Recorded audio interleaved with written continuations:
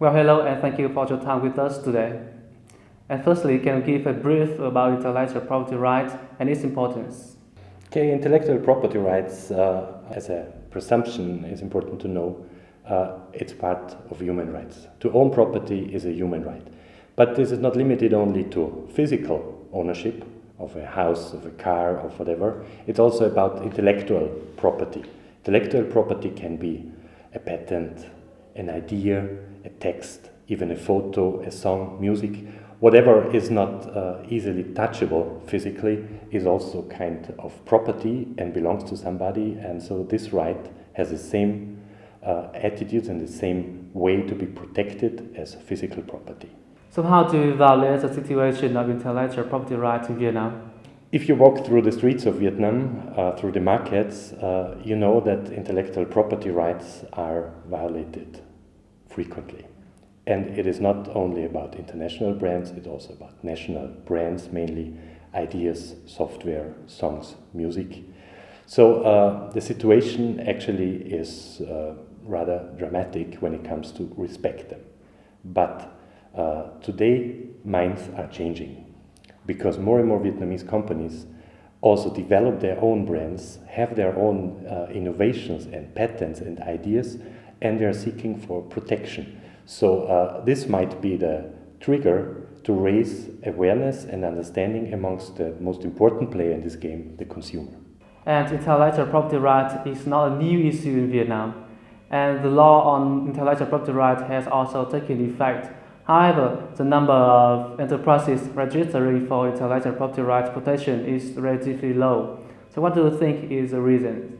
The reason is you can find it in a lot of other countries which made the same development as Vietnam is doing now. The first important step was done. So we have a very strong law on intellectual property rights. We have a very capable and highly skilled national authority, the National Office of Intellectual Property Rights.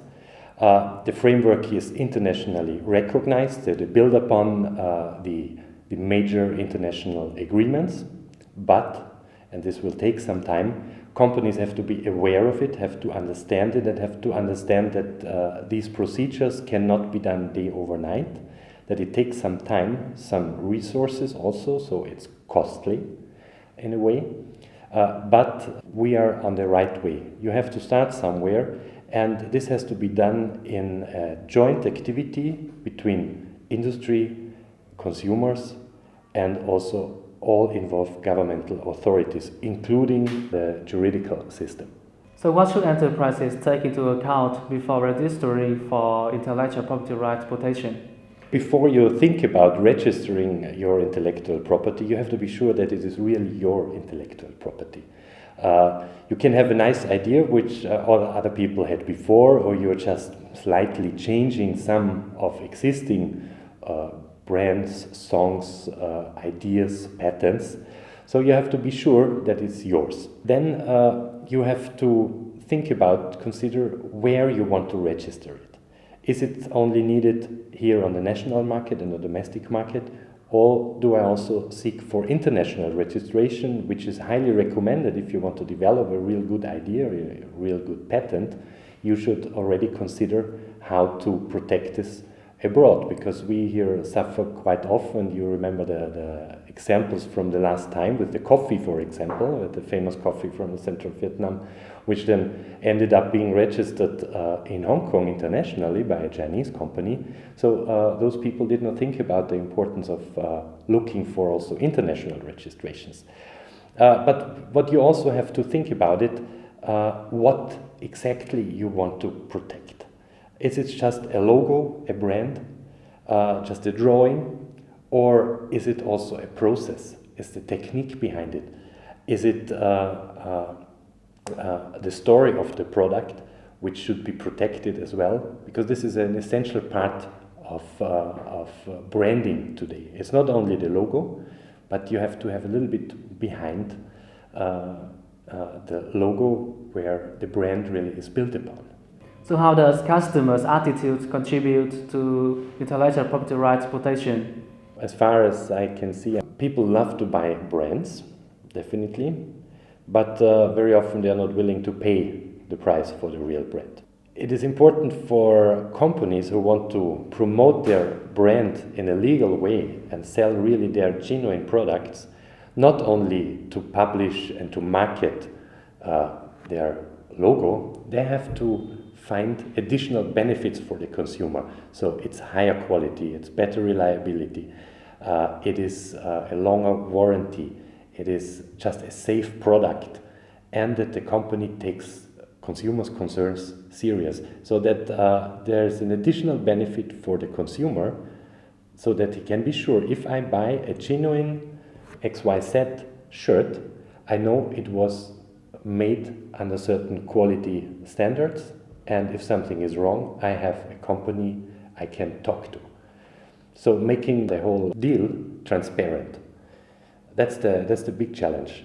And as soon as more companies here in Vietnam start to develop their own brands, they're promoting their own ideas, I think there should be a cooperation between the good companies and the good and conscious buyers, so that you can make sure that people who want to buy genuine Vietnamese products with good quality from reliable companies can meet those companies and can be sure this is no fake, there's no cheating anymore. So when I buy this shirt, then I get this shirt. So what is the importance of the intellectual property rights in the corporate social responsibility? If you look at the principles of doing good business, that's actually what CSR is about. And CSR is far away from being just a nice to have, doing some charity or doing some corporate volunteership or whatever. It is about to run your company in the right way, in a good way, that you get the so-called license to operate.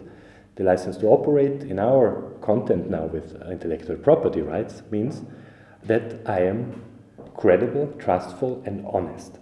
So I have to follow the laws. I have to respect, and we talked at the very beginning that the right of owning property is a human right, and a company who takes all these things serious will also respect this human right. So there is the direct linkage from the principles of CSR, which consider the basic ethical behavior, the basic respect of international and national laws, as well as the respect of human rights as their core responsibility. So intellectual property rights is part of it.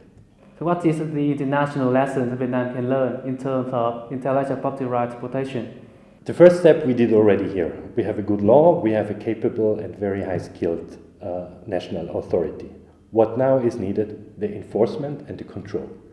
So each and every law you have depends on how it is enforced and controlled.